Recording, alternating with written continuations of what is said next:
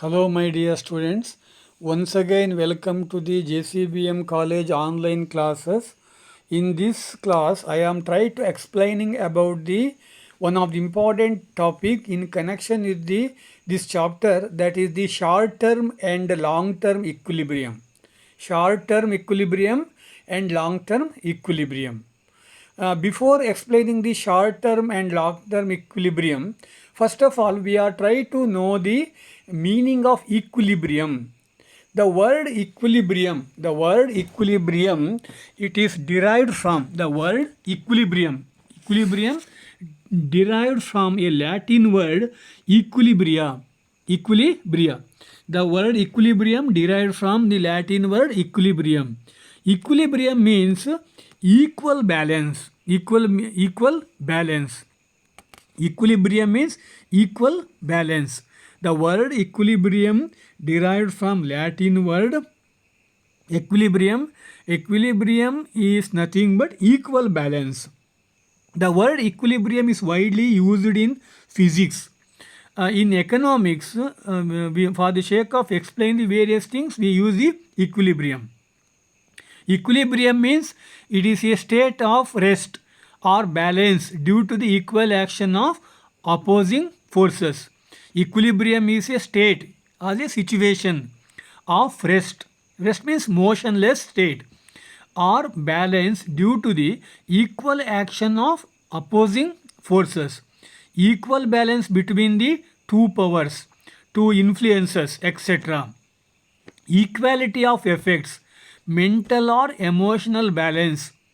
That is the meaning of equilibrium. Equilibrium is nothing but it is a equal balance.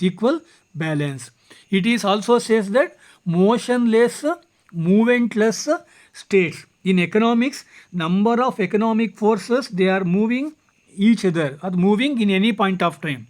But sometime they are attain the motionless state. That is known as the equilibrium. For example, demand and supply. Supply and demand are the two important forces, two important economic variables. They are changing from one point of time to another point of time.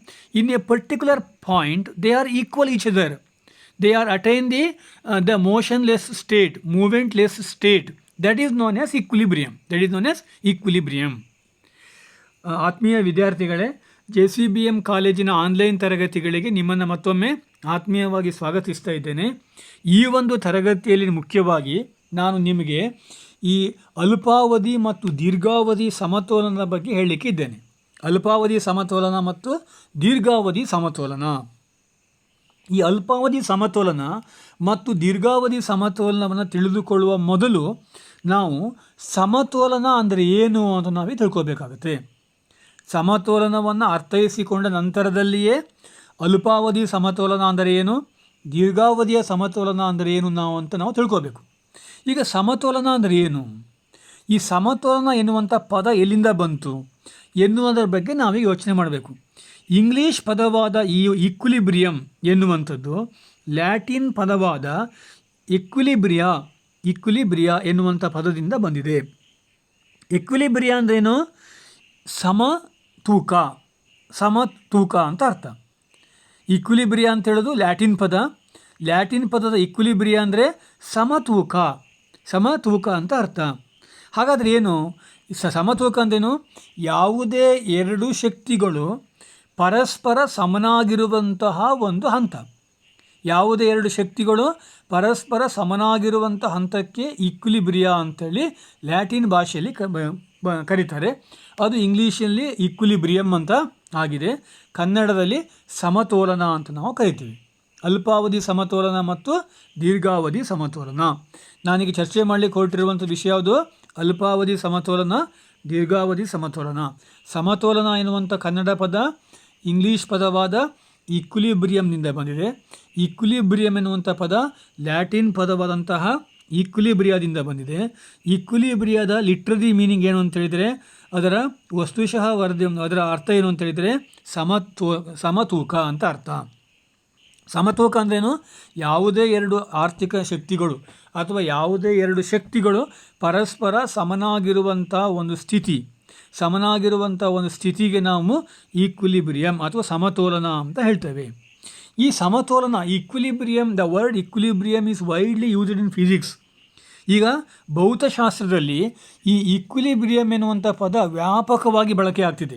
ಭೌತಶಾಸ್ತ್ರದಲ್ಲಿ ಈ equilibrium ಎನ್ನುವಂಥ ಪದ ವ್ಯಾಪಕವಾಗಿ ಬಳಕೆಯಾಗ್ತಿದೆ. ಅರ್ಥಶಾಸ್ತ್ರದಲ್ಲೂ ಕೂಡ ಇದರ ಬಳಕೆ ಆಗುವುದನ್ನು ನಾವು ಕಾಣ್ತಾ ಇದ್ದೇವೆ. ಅದರಲ್ಲೂ ಪ್ರಮುಖವಾಗಿ ಈ ಮಾರುಕಟ್ಟೆಯ ಸಮತೋಲನ, ಅದನ್ನು ನಾವು ವಿವರಿಸುವಾಗ ಈ ಸಮತೋಲನಕ್ಕೆ ತುಂಬ ಮಹತ್ವವನ್ನು ನಾವು ಕೊಡ್ತೇವೆ. ಈ ಸಮತೋಲನ ಅಷ್ಟು ಅರ್ಥಶಾಸ್ತ್ರದಲ್ಲಿ ಪ್ರಮುಖವಾದಂಥ ಪಾತ್ರವನ್ನು ವಹಿಸಿದೆ.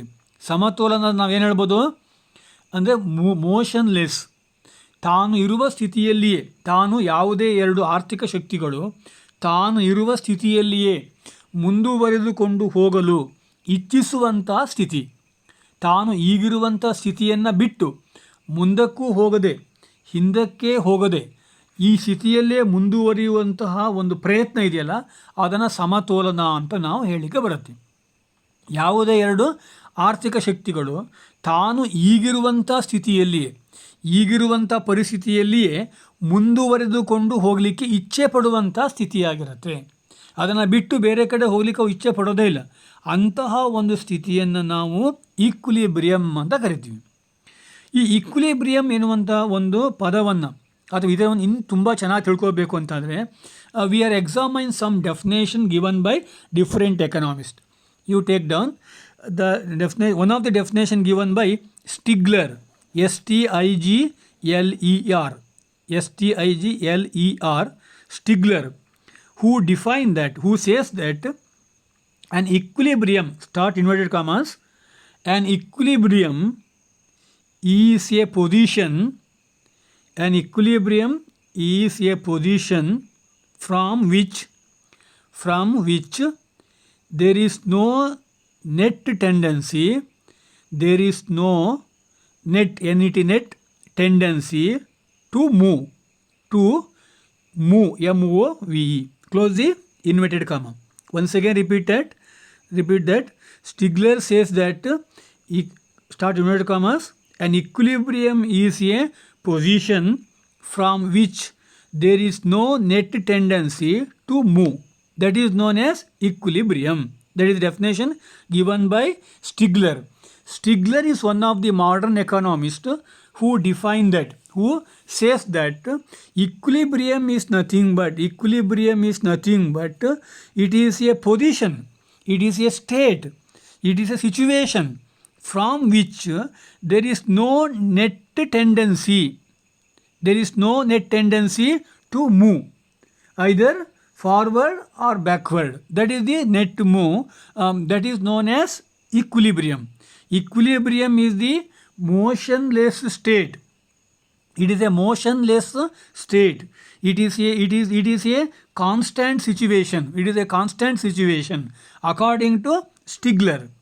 ಸ್ಟಿಗ್ಲರ್ ಎನ್ನುವಂಥ ಒಬ್ಬ ಅರ್ಥಶಾಸ್ತ್ರಜ್ಞ ಈ ಸಮತೋಲನವನ್ನು ತನ್ನದೇ ಆದ ರೀತಿಯಲ್ಲಿ ವ್ಯಾಖ್ಯಾನಿಸ್ತಾನೆ. ಸ್ಟಿಗ್ಲರ್ ಅವರ ಪ್ರಕಾರ, ಬೇಕಾದ್ರೆ ಬರ್ಕೊಳ್ಳಿ, ಸ್ಟಿಗ್ಲರ್ ಅವರ ಪ್ರಕಾರ ಸಮತೋಲನವೆಂಬುದು ಯಾವುದೇ ಒತ್ತಡಗಳಿಗೆ ಮಣಿಯದ ಸ್ಥಿತಿಯಾಗಿದೆ. ಯಾವುದೇ ಒತ್ತಡಗಳಿಗೆ ಮಣಿಯದ ಸ್ಥಿತಿಯಾಗಿದೆ. ಸಮತೋಲನ ಅಂದ್ರೇನು? ಸ್ಟಿಗ್ಲರ್ ಅವರ ಪ್ರಕಾರ ಯಾವುದೇ ಒತ್ತಡಗಳಿಗೆ ಮಣಿಯದೇ ಇರುವಂಥ ಸ್ಥಿತಿ, ನಿಂತ ನೀರಿದ್ದಾಗದು ಸ್ಥಿತಿಯಾಗಿದೆ ಅಂತ ಸ್ಟಿಗ್ಲರ್ ಹೇಳ್ತಾನೆ. ಅದು ನಿಂತ ನೀರಿದ್ದಾಗೆ ಬದಲಾವಣೆ ಆಗೋದೇ ಇಲ್ಲ, ಈಗಿರುವ ಸ್ಥಿತಿಯಲ್ಲಿಯೇ ಮುಂದುವರಿಯುತ್ತೆ. ಯಾವುದೇ ಒತ್ತಡಗಳು ಅದರ ಮೇಲೆ ಪ್ರಭಾವವನ್ನು ಬೀರೋದಿಲ್ಲ. ಈಗಿರುವಂತಹ ಸ್ಥಿತಿ ಇದೆಯಲ್ಲ, ಅದೇ ಸ್ಥಿತಿಯನ್ನು ಮುಂದುವರಿಸಿಕೊಂಡು ಹೋಗಲಿಕ್ಕೆ, ಕಾಯ್ದುಕೊಂಡು ಹೋಗಲಿಕ್ಕೆ ಇಚ್ಛಿಸುವಂತಹ ಒಂದು ಸ್ಥಿತಿಯನ್ನು ನಾವು ಸಮತೋಲನವೆಂದು ಕರೆಯುತ್ತೇವೆ. ಸಮತೋಲನ ಅಂತ ಹೇಳಿದರೆ ಸ್ಟಿಗ್ಲರ್ ಅವರ ಪ್ರಕಾರ ಯಾವುದೇ ಒತ್ತಡಗಳಿಗೆ ಮಣಿಯದೆ ಈಗಿರುವಂಥ ಸ್ಥಿತಿಯಲ್ಲಿಯೇ ಮುಂದುವರಿದುಕೊಂಡು ಹೋಗುವಂಥ ಒಂದು ವ್ಯವಸ್ಥೆ, ಅದಕ್ಕೆ ಸ್ಟಿಗ್ಲರ್ ಈಕ್ವಿಲಿಬ್ರಿಯಮ್ ಅಂತ ಕರೀತಾನೆ. That is the definition given by Stigler. The next important definition given by another important economist, that is known as Professor Mehta, MEHTA. M-E-H-T-A, Mehta. According to Mehta, who says that equilibrium denotes in economics balance of change in movement.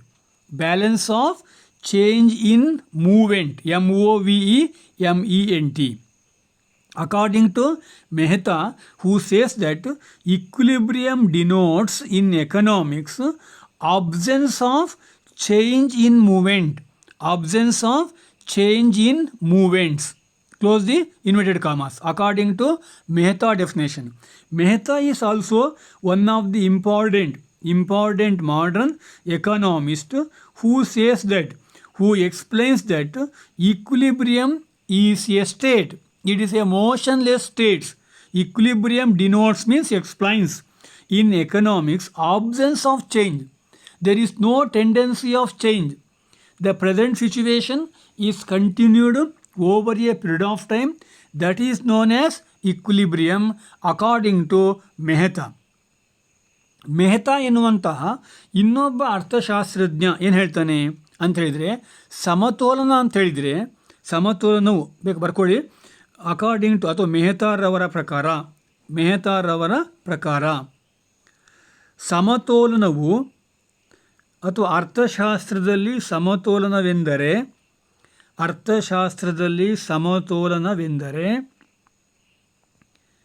ಬದಲಾವಣೆ ರಹಿತ ಸ್ಥಿತಿಯಾಗಿದೆ ಎಂದಿದ್ದಾರೆ. Close the inverted commas. ಮೆಹ್ತಾರವರ ಪ್ರಕಾರ, ಮೆಹ್ತಾ ನಾನು ಈಗಾಗಲೇ ಹೇಳಿದಾಗೆ ಈತ ಒಬ್ಬ ಆಧುನಿಕ ಅರ್ಥಶಾಸ್ತ್ರಜ್ಞ. ಆತ ಏನು ಹೇಳ್ತಾನೆ ಅಂದರೆ, ಸಮತೋಲನ ಅಂತ ಹೇಳಿದರೆ ಅಂದರೆ ಬದಲಾವಣೆ ರಹಿತ ಸ್ಥಿತಿ, ಯಾವುದೇ ಬದಲಾವಣೆಗಳನ್ನು ಅಪೇಕ್ಷೆ ಪಡದೇ ಇರುವಂಥ ಸ್ಥಿತಿ, ಯಾವುದೇ ಬದಲಾವಣೆಗಳಿಗೆ ಆಸ್ಪದ ಇಲ್ಲದಿರುವಂಥ ಸ್ಥಿತಿ, ಅಂಥ ಸ್ಥಿತಿಯನ್ನು ನಾವು ಸಮತೋಲನವೆಂದು ಕರೆಯುತ್ತೇವೆ. ಸಮತೋಲನವೆಂದರೆ ಬದಲಾವಣೆಗಳನ್ನು ಅಪೇಕ್ಷೆ ಪಡದೇ ಇರುವಂತಹ, ಈಗಿರುವ ಸ್ಥಿತಿಯಲ್ಲಿಯೇ ಮುಂದುವರಿದುಕೊಂಡು ಹೋಗುವಂತಹ ಒಂದು ವ್ಯವಸ್ಥೆಗೆ ಈ ಒಂದು ಮೆಹ್ತಾರವರು ಸಮತೋಲನ ಅಂತ ಹೇಳ್ತಾರೆ. ಇದು ಈ ಸಮತೋಲನಕ್ಕೆ ಸಂಬಂಧಪಟ್ಟಂಥ ಮತ್ತೊಂದು ಪ್ರಮುಖವಾದ ವ್ಯಾಖ್ಯೆ. After examining two important definitions given by different economists including Stigler and Mehta, at the end we can definitely conclude that that equilibrium is a motionless state. Equilibrium is nothing but it is a motionless, it is a movementless state. It is generally we can say that we can conclude that equilibrium is nothing but it is a motionless, it is a movementless state. ಈಗಾಗಲೇ ನಾವು ಎರಡು ಪ್ರಮುಖವಾದ ವ್ಯಾಖ್ಯೆಗಳನ್ನು ಅಧ್ಯಯನ ಮಾಡಿದ್ವಿ. ಒಂದನೇ ವ್ಯಾಖ್ಯೆ ಯಾರು ಕೊಟ್ಟಿದ್ದು? ಮೆಹ್ತಾರವರು. ಒಂದನೇ ವ್ಯಾಖ್ಯೆ ಸ್ಟಿಗ್ಲರು, ಎರಡನೇ ವ್ಯಾಖ್ಯೆ ಮೆಹ್ತಾರವರು ಕೊಟ್ಟಿದ್ದು. ಈ ಎರಡೂ ವ್ಯಾಖ್ಯೆಗಳನ್ನು ಅಧ್ಯಯನ ಮಾಡಿದ ನಂತರದಲ್ಲಿ ನಾವೇನು ಹೇಳ್ಬೋದು ಅಂತ ಹೇಳಿದರೆ, ಸಮತೋಲನ ಸ್ಥಿತಿ ಅಂತೇಳಿದರೆ ಬದಲಾವಣೆಯನ್ನು ಒಪ್ಪಿಕೊಳ್ಳದೇ ಇರುವಂತಹ, ಬದಲಾವಣೆ ರಹಿತವಾದಂಥ ಸ್ಥಿತಿ.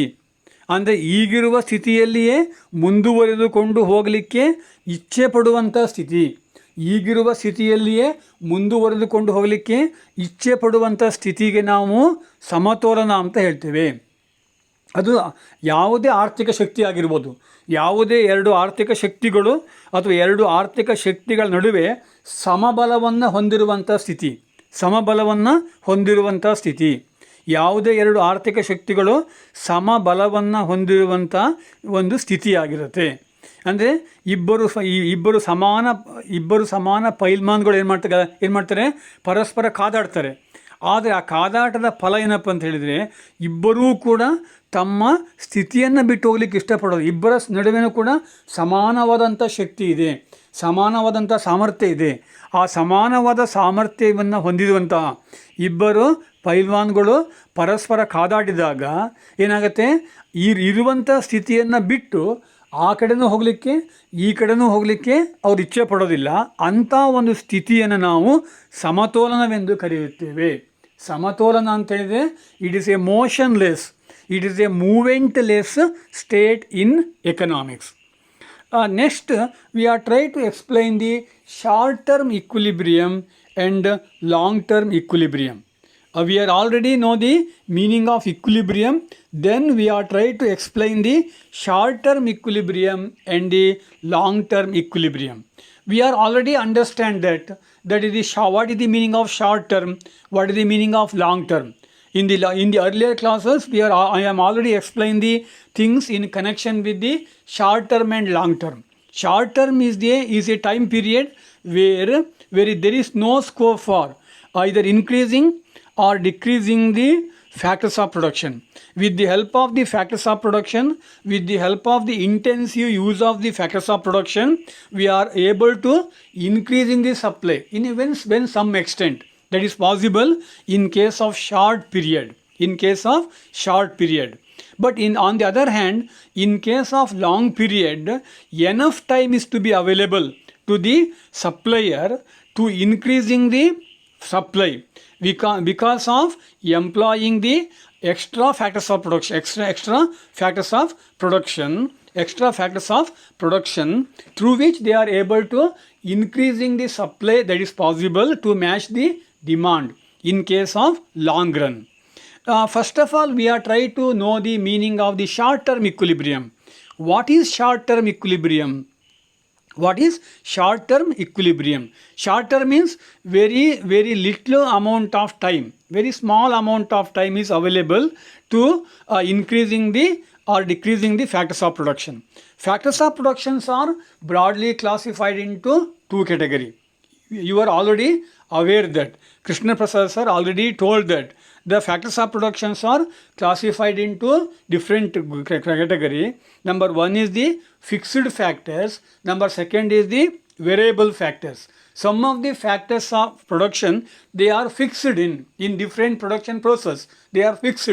There is no question of change at all. But some of the factors of production, they are variable. On the basis of the requirement of the producer, we are trying to either increasing or decreasing the supply is possible. That is the variable factors.